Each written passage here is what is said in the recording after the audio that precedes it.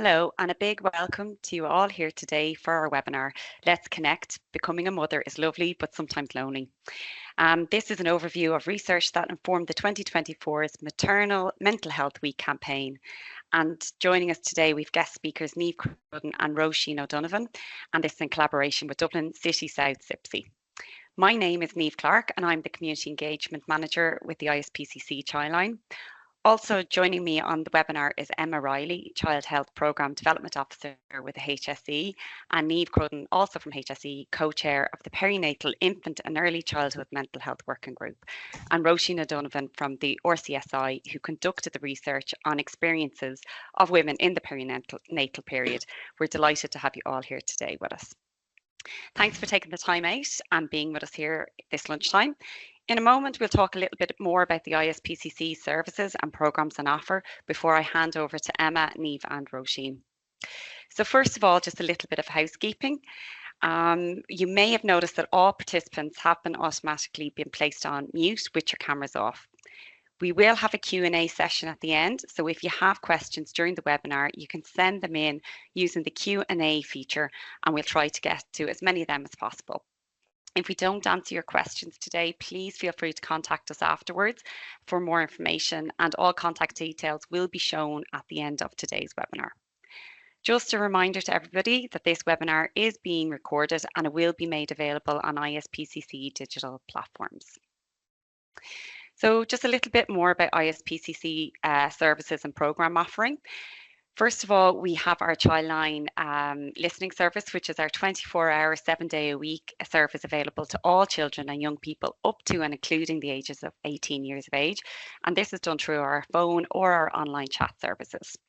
We also have our Ask the Team service for children and young people, where you can ask a question about anything you want and there's nothing too big or small.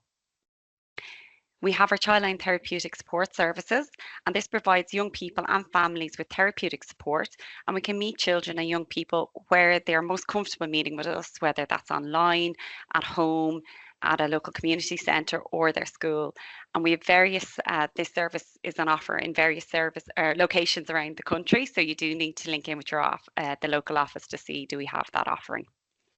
Our Smart Move School Transition Programme, this is a programme which aims to support the emotional resilience of children as they prepare to transition from primary into secondary school. And we also have our Shield, which is our anti-bullying programme, which aims to support any organisation that works with young people in their effort to proactively manage bullying. We have our digital mental health and wellbeing programs, and these are aimed at reducing anxiety for children and young people. And we also have our digital programs for parents and carers around managing their own anxieties while supporting their anxious child or teen. We have our parenting hub on the ISPCC website, and this is where you'll find published articles in relation to parenting and parenting supports on a range of topics. Also on our website, you'll find our Digital Ready Hub, and this is a trusted destination for information on how you can support children and young people to have positive experiences online. We have video content from cyber psychology experts, the Garda Online Exploration Unit, clinical psychologists, principals, parents and young people themselves. We have our support line, which is a listening service offering information, advice and emotional support to parents and carers. And this is open between 9 and 1 Monday to Friday. And you can call us by contacting 01 522 4300. We have our Ask Robin, and this is a service for parents where you can ask us a question on anything to do with parenting.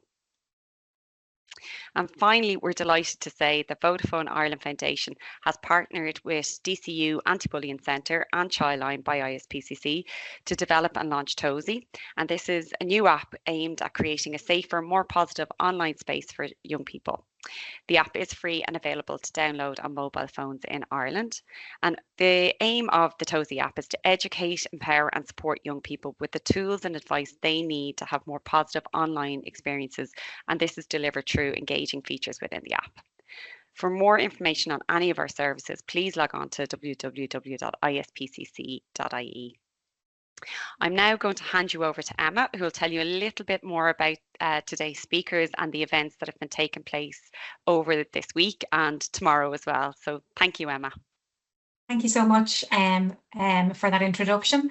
Today And thank you all for joining us at our Learn at Lunchtime webinar and taking the time to be here with us on your lunch break. So like my introduction, I'm the Child Health Programme Development Officer for Dublin South, Kildare and West Wicklow, for working with HSE as part of the National Healthy Childhood Programme. And I'm also the chair of the Dublin City South CYPSC Infant Health and Wellbeing Working Group. And Nuala Nigaboon, the coordinator, is on with us here this afternoon. So welcome to Nuala and for facilitating these webinars and the funding indeed through Healthy Ireland. I also co-chair the Perinatal Infant and Early Childhood Mental Health Working Group with Niamh. So Niamh and Roisin are very welcome today, and we really appreciate you coming to share your experience of the research and the campaign. So the Dublin South City CYPSC Infant Health and Wellbeing Working Group is made up of a wonderful dedicated group of statutory, community and voluntary sector professionals. And we've been meeting for the last couple of years, and we set about identifying ways of working together to improve infant health and wellbeing outcomes. In particular, infant mental health. So this work is part of the Young Ireland Policy Framework, which provides a platform to realise the rights of babies and children and young people in Ireland, so that we can all work as partners together and work more effectively to ensure babies, children and young people can thrive. We consulted last year with local stakeholders in the Dublin City South area, and a couple of the areas that they wanted us to work on was increasing the awareness of the importance of the first 1,000 days and infant health and wellbeing, and in particular infant mental health, and to promote opportunities for further interagency connection and collaboration. So with that particular ask, we set about organising this year's events, which we've titled Let's Connect, Supporting Connection with Infants in the First 1,000 Days. So this webinar today, as you can see, the titles are similar in the Let's Connect theme, and obviously the importance that infants come in relationship and connection with their caregivers, and ordinarily that would be the mothers. So this piece of research with the RCSI and the work of the Perinatal Infant and Early Childhood Mental Health Working Group has been really powerful in amplifying those messages around the importance of maternal mental health and also infant mental health. So without further ado, I'll pass over to Niamh and Roisin, and we'll let the presentation continue. So thank you so much.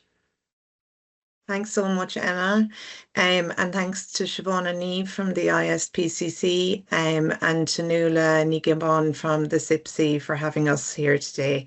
So today we're going to discuss the Let's Connect campaign and the Motherhood Programme, as Emma has already said. So I'm going to tell you a little bit about the working group that we have in Dublin South, Kildare and West Wicklow. I'm going to tell you a little bit about the campaign that we ran in 2024 from World Maternal Mental Health Day, and then I will hand over to Roisin O'Donovan from the RCSI, who will tell you a little bit more about the needs assessment that we conducted in conjunction with them across Dublin South, Kildare and West Wicklow. So who are we? So the Dublin South, Kildare and West Wicklow Perinatal Infant and Early Childhood Mental Health Working Group is the name of our group, which is quite a mouthful. The group was set up originally in Kildare and West Wicklow to respond to a couple of suspected suicides of mothers in the perinatal period in the Kildare region. So it started as the Kildare West Wicklow Perinatal Mental Health Working Group, but there was a huge interest in the work of the group, and there was a request from the community and from the HSE to extend the work across what was then the CHO 7 to Dublin South and Dublin South City. So the remit of the group was also extended in 2022, Emma, to include infant and early childhood mental health. So there was an ask from the Child Health Governance Group to set up a group to lead on the strategic side of implementing infant mental health across the area. And Emma came to me and suggested that we combine the two, given that they're both very linked and with the same people around the table. So then we became the Dublin South, Kildare West Wicklow Perinatal Infant and Early Childhood Mental Health Group. So what our purpose is then, you can see it on the screen here, is to work collaboratively with the aim of ensuring that all women in the Dublin South, Kildare and West Wicklow region with or at the risk of perinatal mental health difficulties in pregnancy or in the postnatal period, their babies, partners and their families have access to services that are high quality, responsive and timely across all tiers of service delivery. So within this context, this group also creates and promotes staff and public awareness of infant and early childhood mental health concepts and understanding into service delivery, as perinatal and infant and early childhood mental health are inextricably linked. So our objectives then are to oversee the development and delivery of a Dublin South, Kildare, West Wicklow perinatal, infant and early childhood mental health plan. So since the group was set up in 2018, we've had a loose enough plan as we were trying to find our feet. So the group has decided that we need something that's more detailed and longer term. So we're working at the moment on a 5-year plan for the region. And I'll tell you a little bit about that after the next slide. The second objective is to ensure collaboration across the community on perinatal mental health and infant early childhood mental health service provision. And this one has been, I think, probably at a very basic level, the most effective part of the work so far. Just bringing everyone into the one room has created huge opportunities for collaboration around these areas of work. So identifying then emerging needs and opportunities for collaborative responses to these needs. And it also serves as a forum for information and knowledge exchange in relation to the issue areas. So I've just included a slide on who the members of the working group are. I think you can probably see from the slide that we've quite a diverse membership from organisations who are working in perinatal and infant mental health from right across the region. So lots of community and statutory organisations. The group are very committed and motivated, and a huge amount of work has already been achieved. So you can see we have our specialist teams from the COOM and from the National Maternity Hospital. We've public health nursing, lots of different care groups within the HSE, adult mental health, primary care, psychology, health and wellbeing, Emma, of course, who's the co-chair, and then lots of different organisations across the community, as I said. So as I mentioned, we're working on a 5-year plan at the moment, which is almost complete, and the work of the group is under that plan is divided up into 3 goals. So our goal 1 is to lead and collaborate. So our priority under goal 1 is to enhance the leadership and collaboration and the integration of support services to ensure a sustainable and effective approach to addressing the mental health needs of women and infants and young children across our region. Our second goal then is to empower and inform, and this is where the World Maternal Mental Health Day campaign comes in. So our priority under that goal is to empower and inform all people in the perinatal period, along with their families, by providing comprehensive evidence-based information and resources on perinatal, infant and early childhood mental health, and by actively involving their voices in the development and evaluation of services and in everything that we do as a working group. And then goal 3 is to understand and improve. So our priority under this goal is to understand and improve perinatal, infant and early childhood mental health outcomes by comprehensively assessing local needs, identifying gaps in existing supports and implementing targeted interventions to enhance the quality and accessibility of services for women, infants and families. So as part of goal 2, we've already had we've already implemented quite a number of impactful initiatives.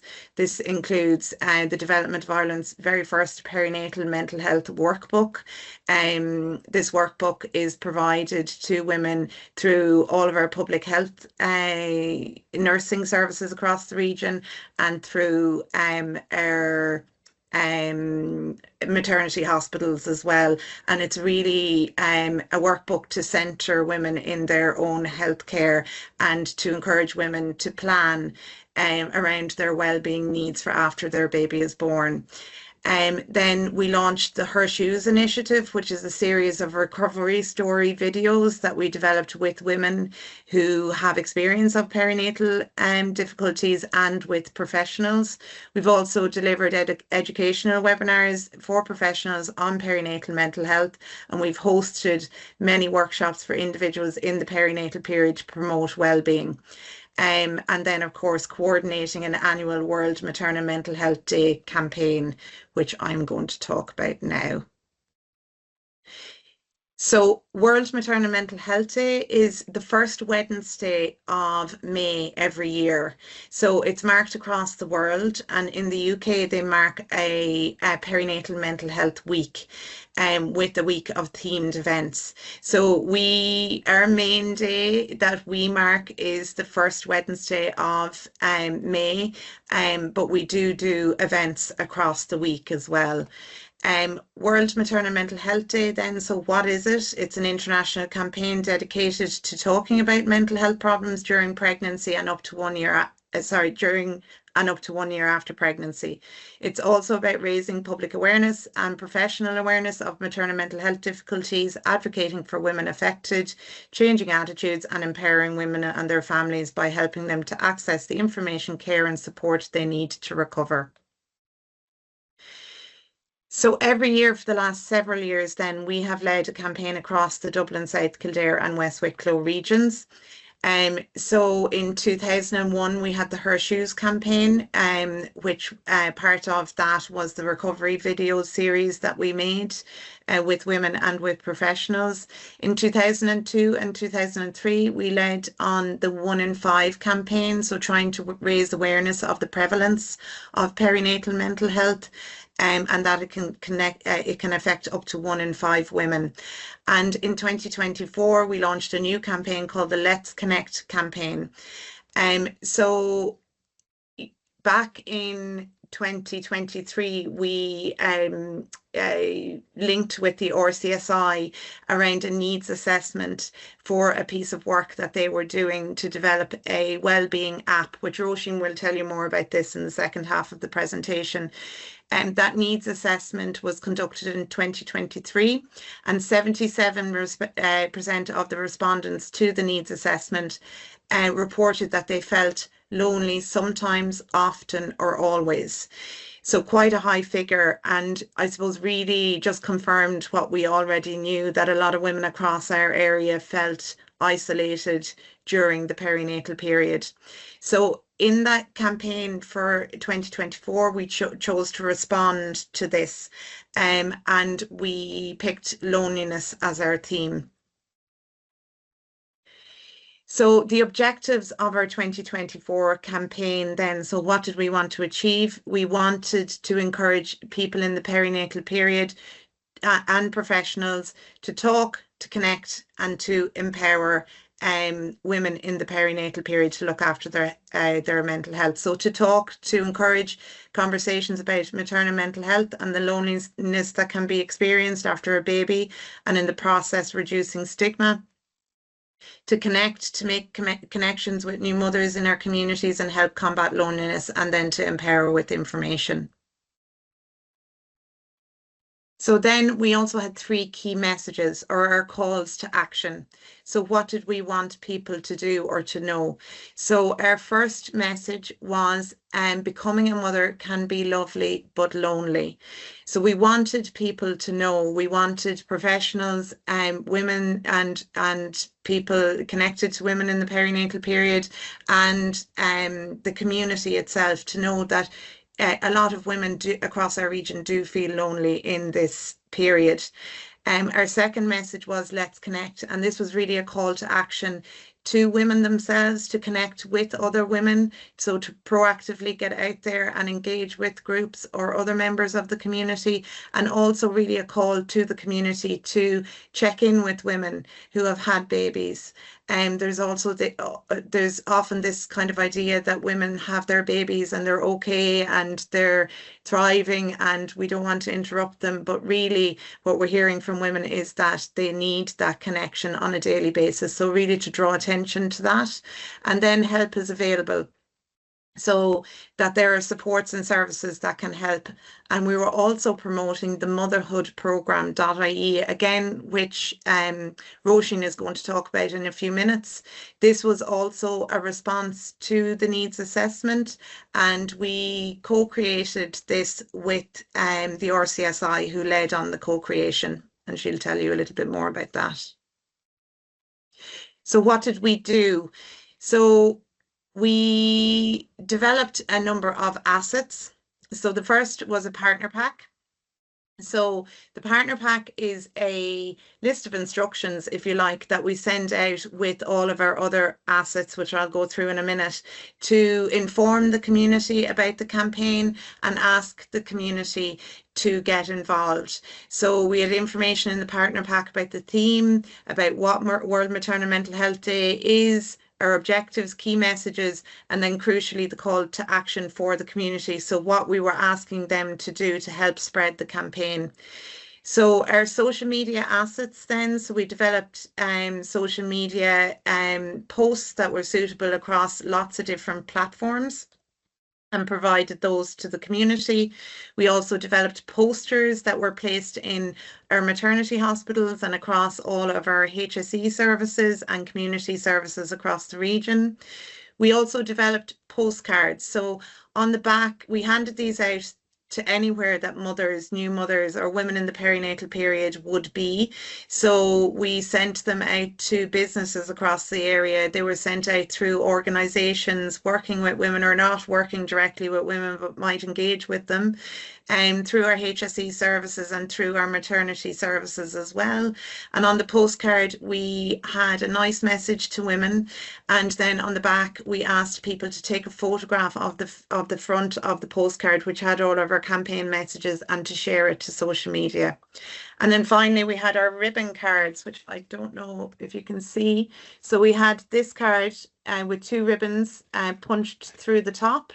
And this really was such a successful part of the campaign. So we asked women, again, we had a nice message on it, just saying you were doing a great job. And on the back, we had a note to women to say, if you feel like connecting, please tie this ribbon to your buggy, and we're giving you a second ribbon to hand to another mother for them to tie to their buggy. So the idea of providing the second ribbon was to provide that opportunity for connection. So in the handing over of the women of the ribbon, maybe a conversation would start and a connection would be made. So if I remember correctly, about 5,000 of these went out across our area, and again, they were handed out through all of our maternity hospitals, public health groups, public health clinics, and through groups as well. So how did we do? So we had a huge amount of reach with the campaign, which wasn't restricted to the Dublin South, Kildare and West Wicklow region. A number of other regions took it on board and shared all of the assets as well.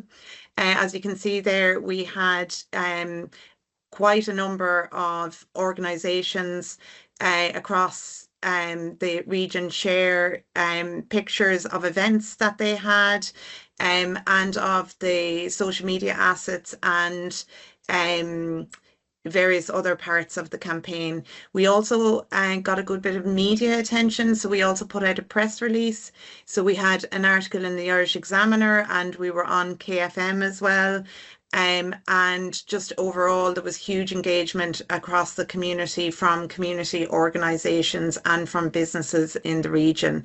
So I'm happy to discuss any aspect of the campaign with anyone who'd like to get in touch to find out more. For 2025, it looks like we begin to meet in January as well, again, to consider the 2025 campaign, but it looks like we might repeat this campaign again, but maybe take it up a level. And we're very willing, of course, to share all of our resources with any other region who might want to promote it or make it their own. So thank you for listening, and I'm going to hand over to Roisin.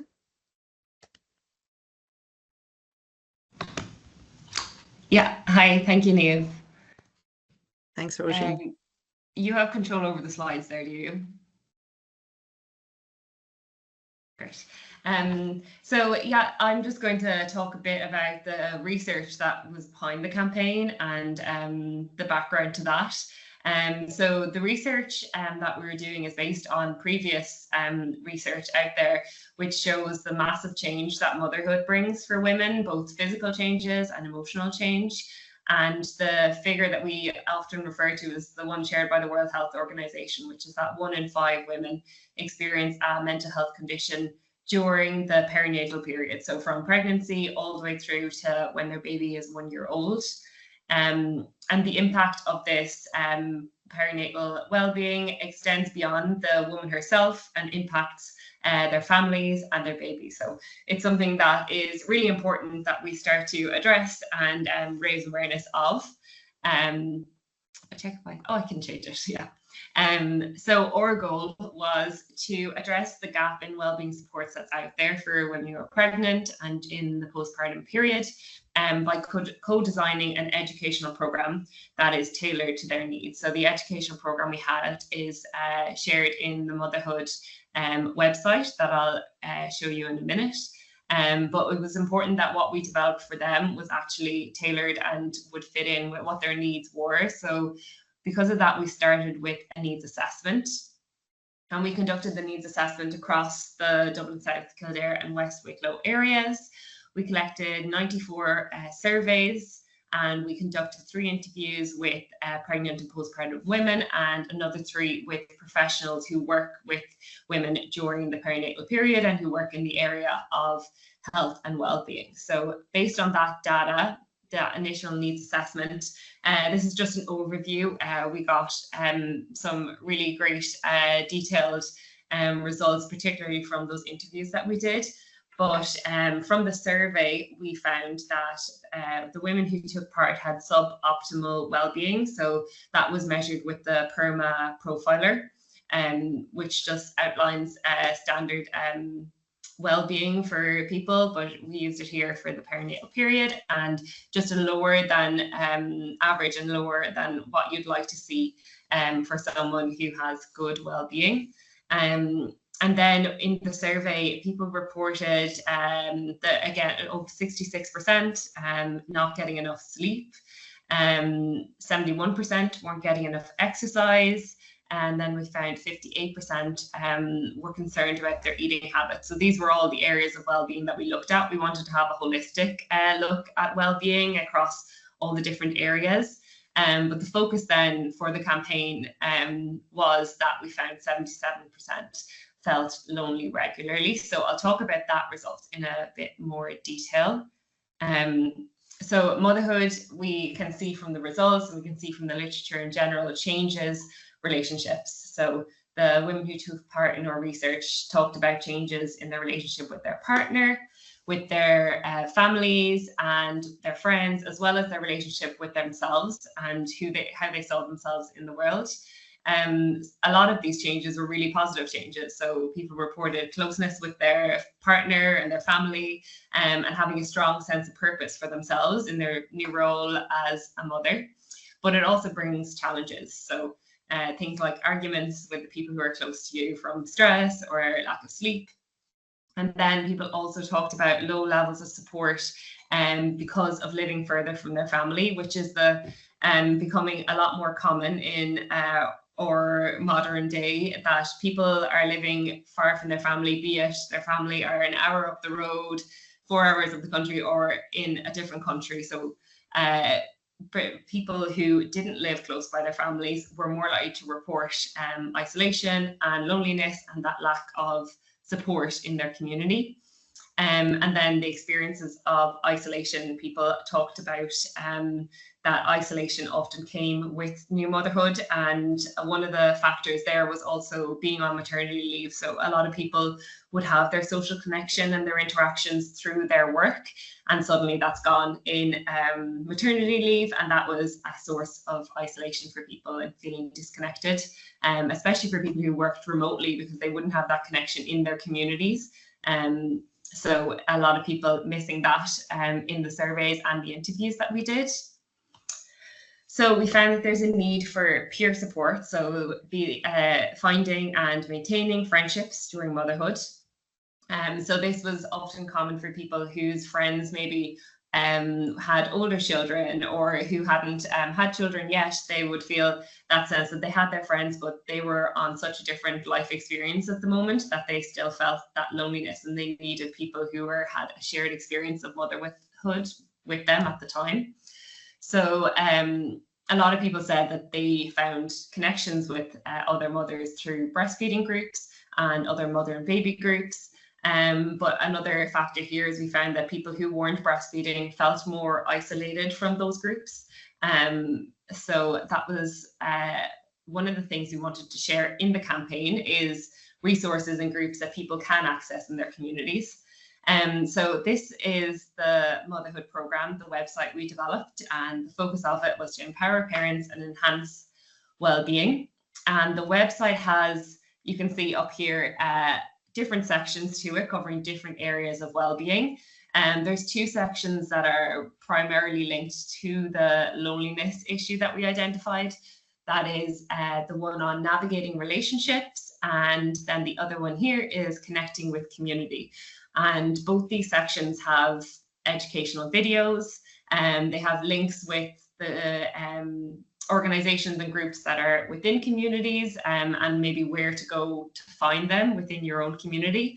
And we also have included, we have a podcast series, the Motherhood Podcast, where women talk and tell stories about their experiences, and especially around loneliness and relationships, because it was such, with 77% of people experiencing loneliness, it's great to hear stories that you're not alone in that loneliness, that everyone going through that stage of motherhood is likely experiencing similar things. So we wanted to also just share that lived experience in those stories, as well as the educational resources. We have the workbook that Niamh mentioned earlier available to download throughout the website. So that's the link to the website there. You're welcome to go and look and have a look through what's available there. The plans are hopefully to further develop this website and get more resources, and to develop more supports as we move through this research. So I'll just check what we have. I'm not sure who I'm handing back to here. Thanks, Roisin. That will be to me. So Roisin and Niamh, thank you so much. There was so much learning there today. There's obviously lots of work and fabulous work being done by all of you there, and loads more on the ground. So well done to everybody involved.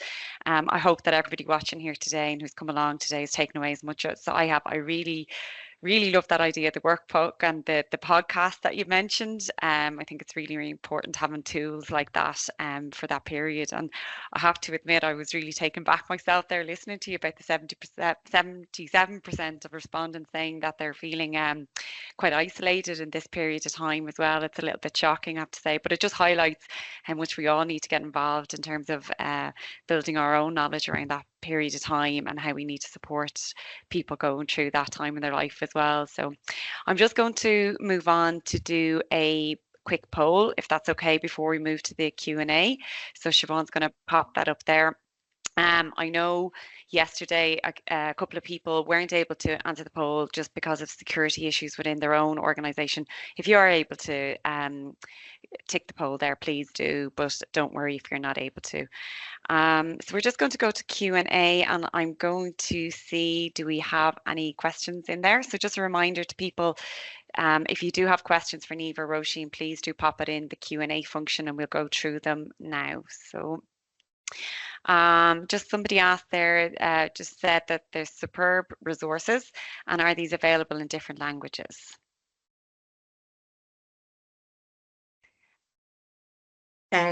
So we do, our workbook is available in different languages. That's the only one to date that we have translated.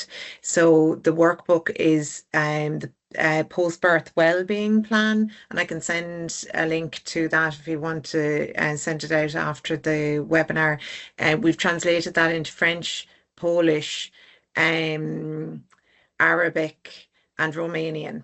So they're available in those languages, and we're absolutely happy to share them with any area that might find them beneficial. Thanks a million, Niamh. Maybe if you want to, we've just opened the chat there. If you want to pop in the link, if you have it available or to hand, you might want to pop it in there now. Just before we finish up, that's great. That's fantastic. I'm just going to double check here. I don't see any more questions coming in for the moment. Is there any other comments yourself or Roisin would like to say at the moment before I hand back over to Emma? No, just to reiterate that, Niamh, that we're always willing to share, and if anyone wants to get in contact, like some of our resources that we've developed here are particular to Dublin South, Kildare and West Wicklow, because we've provided very local information signposting in them. And that was one of the things that we heard from women, is that there's lots at a national level, but they struggle to find what is local to them. So we have all the artwork for all of our assets, and we're happy to share them with other regions who might want to duplicate them. So please do get in touch. Fantastic. Thank you, Niamh. Emma, I'm going to hand back over to you now if you want to just close out the meeting and let people know about the event taking place tomorrow. Sure, thanks so much. So thank you to Niamh and to Roisin for giving the insights into the work of the group and the campaign and the research that's ongoing. You know, it's really a privilege to be part of it, and it always strikes me, you know, as 50% of the population, we're the least, you know, researched with regards to our experiences in life, and I think that's, you know, something that we need to amplify. You know, it becomes very evident through this research, and having been a mother myself and still am, you know, it is, you know, a lonely period, and we paint a picture of, you know, that it's all supposed to be nice and rosy, which it is, and great, and, you know, it's a thoroughly wonderful, fulfilling experience. But indeed, there are challenges that are presented with that, and we need to mind our women in society, because we are the bedrock of, and I won't shy away from that, of our society, and we need to celebrate women. We need to, you know, give them the supports that they need. And indeed, we've come a long way in the last number of years with regards to, you know, maternity supports and so on. But it's not enough. We need more, and we need more voices to amplify this. You know, so when we do engage in the next campaign, we're more than happy to share that with people, to share at a local. We'll be doing it in our own area, obviously, but very willing to share that with you all, so that you can take up the mantle during the week in May and continue that information. So I'd like to say a heartfelt thanks to Roisin for the work that she's doing, very, very important work in this space, and also to Niamh, who is a power force as well in this space, in driving these messages forward and raising the awareness. So I'd like to congratulate you both, and it's a privilege to work with you both. So we have another event tomorrow in the Richmond Barracks for Dublin South City area in particular, whereby we're having a showcase of the work that's done locally there for people who are delivering services to infants, babies, infants and young families in the area. We also have Ethna Lee Longford, who's a psychologist, who's going to do an input around the impact of smartphone use, you know, with babies, and the dynamic that it creates between, and the disconnect it can create between the infant and their parent, and how it is that we can best support and be sensitive to this issue, but also raising, you know, the I suppose the downside and the potential damage that can be done in establishing really solid relationships and attachments. So we're really looking forward to that tomorrow. So if you are working within the Dublin South City area and would like to come along in the morning, it starts at 9 o'clock in the Richmond Barracks. Do send me an email just so we can register your interest, so we can make sure we have enough chairs out on the day.